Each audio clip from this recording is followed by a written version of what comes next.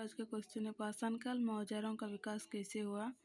तो इसका आंसर है कालानुक्रम की दृष्टि से शिकार और संग्रहण संस्कृति की अवधि बहुत लंबी है। विद्वानों ने औजारों के उपयोग और कुछ अन्य सांस्कृतिक पहचानों के आधार पर इस युग का विभाजन किया है। पाषाण काल या पाषाण युग यानी इसका मतलब है पाषाण या पत्थर या पत्थरों का युग। औजारों के विकास में 3 पाषाण काल या पाषाण युग कुछ इस प्रकार से हैं। निचला पूरा पाषाण, इसमें ओल्डवियन और एक्विलियन औजार आते हैं। दूसरा मध्य पूरा पाषाण, इसमें मोस्टेरियन औजार आते हैं। और तीसरा है उच्च पूरा पाषाण औजार। तो इसके बारे में कुछ विस्तार से जानकारी है। निचला पूरा पाषाण, इसमें ओल्डवियन और एक्विलियन औजार आते हैं। तो ओल्डवियन औजार के अंतर्गत पत्थर के आरंभिक औजार अल्डुआई, जो कि उत्तर तंजानिया में, और मेलकाकुंटू जो इथियोपिया में पाए गए हैं। ये लगभग 1.8 से 1.6 मिलियन वर्ष पुराने हैं। ये एक तरफ से धारदार बनाया जाता था, मतलब एक तरफ पतली परतों जैसी बनाई जाती थी। इसका उपयोग कंदमूल काटने, जड़ें खोदने और छोटे जानवरों की खाल उतारने में किया जाता है। माना जाता है कि उस समय ज़्यादा मांस नहीं खाया जाता था, क्योंकि ज़्यादातर मरे जानवरों का ही मांस खाया जाता था। इनको गणनसा या चॉपर भी कहा जाता है। प्राकृतिक रूप से ज़्यादा छेड़छाड़ नहीं की जाती थी। एक्विलियन औजार, बाद में एक्विलियन औजार में बदलाव देखा गया। ये काफ़ी लंबे समय से यानी 1.4 से 20 लाख मिलियन वर्षों तक लगभग अफ्रीका में और 10 मिलियन वर्षों तक यूरोप में पाए जाते हैं। उत्तरी फ्रांस के स्थल सेंट एक्विल के नाम पर इसका नाम पड़ा। इसका उपयोग होमो इरेक्टस का उपयोग करते थे। हाथ की कुल्हाड़ी, क्लीवर यानी चीरने वाला, और बोला ये एक छोटे गेंद के आकार वाला होता था। इस तरह से काटने, छीलने, तोड़ने और बोला से पशु के पांव को मारकर गिराने में उपयोग किया जाता था। हाथ की कुल्हाड़ी 2 तरफा नुकीली होती थी, जहाँ यहाँ पहली बार प्राकृतिक और काटकर बनाए गए औजार में अंतर दिखाई पड़ता है। दूसरा है मध्य पूरा पाषाण, इसमें मोस्टेरियन औजार आता है।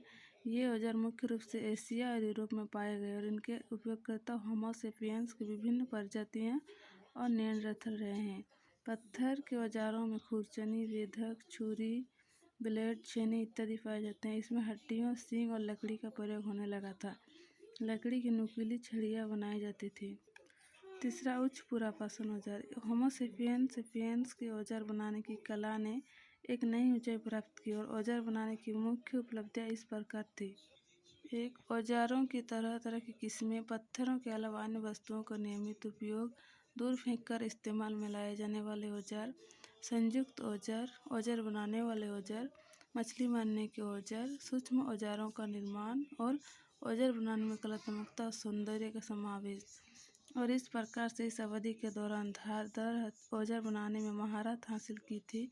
इसमें बढ़िया ढंग की छेनी बनाई जाने लगी, जिससे नक्काशी करने या छेद करने के लिए किया जाने लगा। और दूर से शिकार करने यानी हल्के बर्छे, भाले फेंकने के और धनुष बाण भी बनाए जाने लगे। धनुष बाण, इसका इस्तेमाल उच्च पूरा पाषाण युग का अंतिम काल में हुआ और भाला फेंकना का शिकार करने में, यानी 150 मीटर दूर तक फेंका जा सकता था इसको।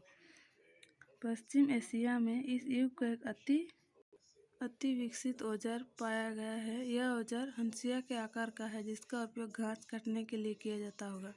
और इस दौरान विभिन्न कच्चे मालों का भी उपयोग किया गया। औजार के अगले हिस्से को कड़ा बनाने के लिए सानाशम, हर्नस्टोन, भिन्न भिन्न स्फटिक, लाल पत्थर, रवेदर पत्थर, लावा कांच, दूधिया, गोमेज, सूर्यकांत आदि बहुमूल्य पत्थरों का इस्तेमाल किया गया। ये पत्थर दूर दराज से लाए जाते थे, जिससे पता चलता है कि वस्तुओं का विनिमय और आदान प्रदान भी शुरू हो चुका था।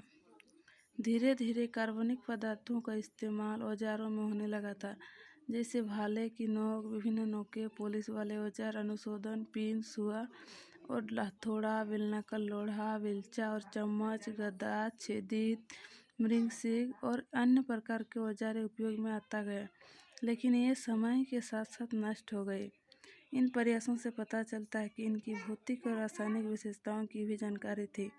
और खोखले लट्ठे का नाव के रूप में, अवतल पत्थरों को बर्तन या प्लेट के रूप में उपयोग होता था। पत्थरों के सूक्ष्म औजार इस काल की प्रमुख विशेषता थी। तो इस प्रकार से औजारों के विकास में कुछ जानकारी उपलब्ध थी। तो यह वीडियो कैसा लगा, प्लीज़ लाइक, कमेंट, शेयर और चैनल को सब्सक्राइब ज़्यादा से ज़्यादा देखिए। धन्यवाद।